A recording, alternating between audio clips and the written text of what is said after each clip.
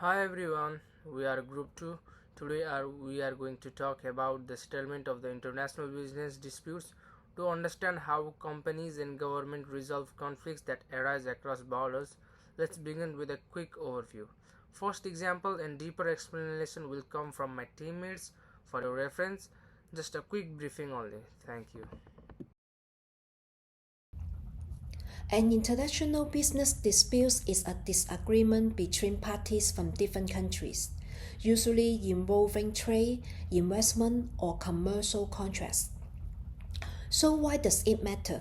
Disputes can disrupt global supply chains, demand long term business relationships, harm reputations, and cause major losses. Who is involved? Private companies such as manufacturers and retailers, foreign investors investing abroad, governments including trade ministry or custom authorities, international legal organizations such as WTO, which provide neutral platforms and legal frameworks for resolving disputes. How are disputes resolved? There are several methods. Negotiation is informal and voluntary.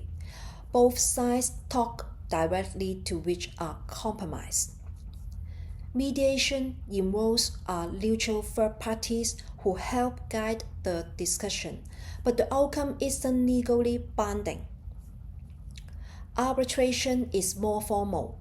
A private panel of experts hear both sides and give a binding decision. This process is quicker and more confidential than court litigation. Litigation means going to court, usually in one country's legal system. It's public, often slower, and can be more expensive. Now, let's look at some common causes of disputes. First, contractual breaches. This includes failure to deliver goods, late payments, or disagreements over contract terms. Second, regulatory and legal conflicts. Different countries have different laws, and sudden changes in regulations, like import restrictions, can cause friction. Third, intellectual property violation. This includes unauthorized use of trademarks or patents, which is common in fashion industries. Fourth, cultural and communication barrier. Misunderstanding due to language or business etiquette can escalate quickly. Fifth, political and economic instability. Trade sanctions, currency fluctuations, or government interference can disrupt business operations and lead to disputes. And finally, logistic and supply chain issues. Delays at ports, damaged goods, or customs problems can all spark conflicts between trading partners. Understanding these causes help business prepare better contracts, manage risk, and choose the right resolution method when disputes arise. Now I will pass to Jahid. Now I will talk about the article Challenges of Mediating Investor-State Disputes by Mariam Gotsirais, ICSID Review 2024. The article explains why mediation, despite being cheaper, quicker, and more cooperative, is still rarely used in investor-state disputes. Using SIDRA survey data and interviews, the author highlights four main problems. First, low trust between investors and the governments. Second, power imbalance, especially when developing states are involved.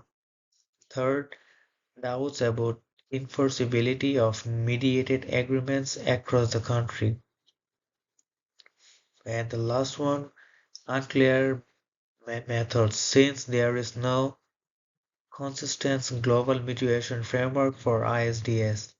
Overall, the article argues that mediation won't grow in ISDS unless trust improves, rules become clearer, and informants become more reliable. Now let's talk about why this matters for international business. When mediation is in use, more disputes end up in arbitration, which is slower, costly, and more complicated. It also makes investment less predictable because parties lose their chance to settle early. Overall, both companies and states miss easy opportunities to solve problems before they become major disputes. This article also tells about some solution. We need stronger global mediation rules, more trust and negotiation skills for states, better enforcement of mediated settlements, and more use of mediation at the early stage of a conflict. In short, better mediation can save time, money, and strengthen business relationships. Would like to talk about some challenges in international trade. First challenge is different legal and regulatory system. Each and every country has its own laws, rules and enforcement system. Companies may unintentionally violate foreign regulations. Conflict laws cause disputes and contract terms, product standards, taxes and custom rules. Second is contractual uncertainty. International contracts may be under unclear, poorly drafted, or interpreted differently in each and every country, which can increase the number of disagreements, rises above delivery times, or like payment conditions, product quality, or responsibility, leads to breach of contract disputes. Enforcement difficulties. Winning a case is one thing, enforcing the judgment abroad is another. Some countries do not enforce foreign court decisions within their countries, delay corruptions, bureaucracy, or political influence and enforcements.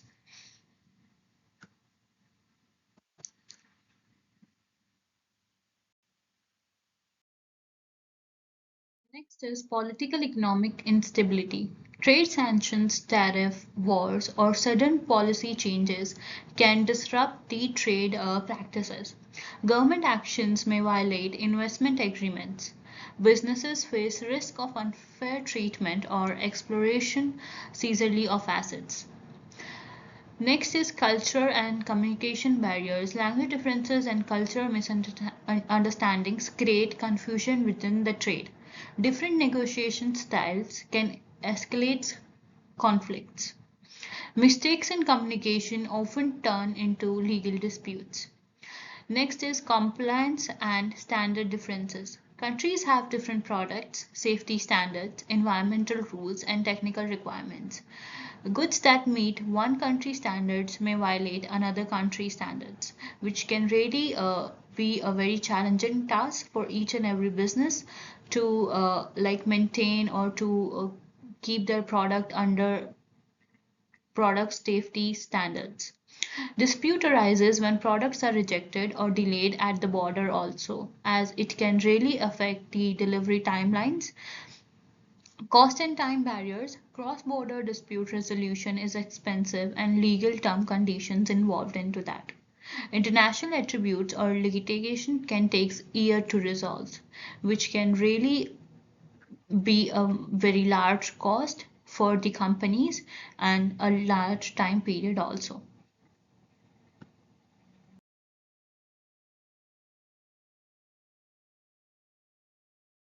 Today, I will be talking about the New York Convention of 1958, which is one of the most important treaties for settling business disputes between companies for different countries. This convention is officially called the Convention on the Recognition and Enforcement of Foreign Arbitral Awards, which ensures that decisions made through international arbitration are recognized and enforced in over 172 countries.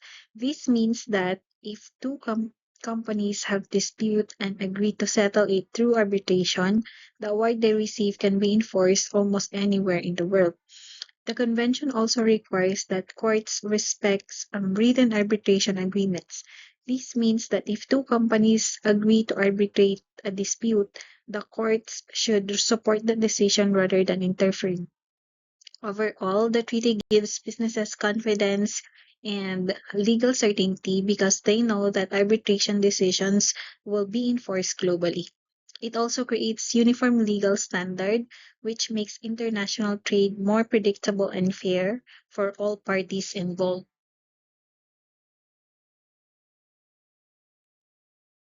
The New York Convention and Enforcement of International Arbitration Award. There are key roles of the New York Convention. First, countries must enforce valid arbitration agreements. This means that if two companies agreed in writing to resolve a dispute through arbitration, the court should respect that agreement. Second, foreign arbitration awards are treated like domestic awards. In other words, a decision made in one country can be enforced in another country just like a local court decision. Third, to enforce an award, the party must provide the arbitral award and the arbitration agreement. If these documents are not in the local language, a certified translation is required, and enforcement can only be refused in limited cases. For example, if the arbitration agreement was invalid, a party didn't receive paper notice or couldn't present their cases, or the award goes beyond what was agreed, or enforcing it would violate public policy.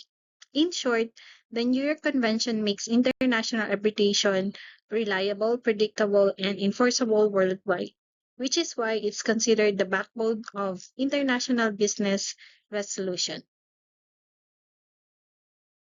For my part, I will share some simple proposal to address challenges. First, companies should write clear and strong contract clauses. Many disputes happen because the contract is confusing, so clear language can prevent problems. Second, mediation should be used before arbitration.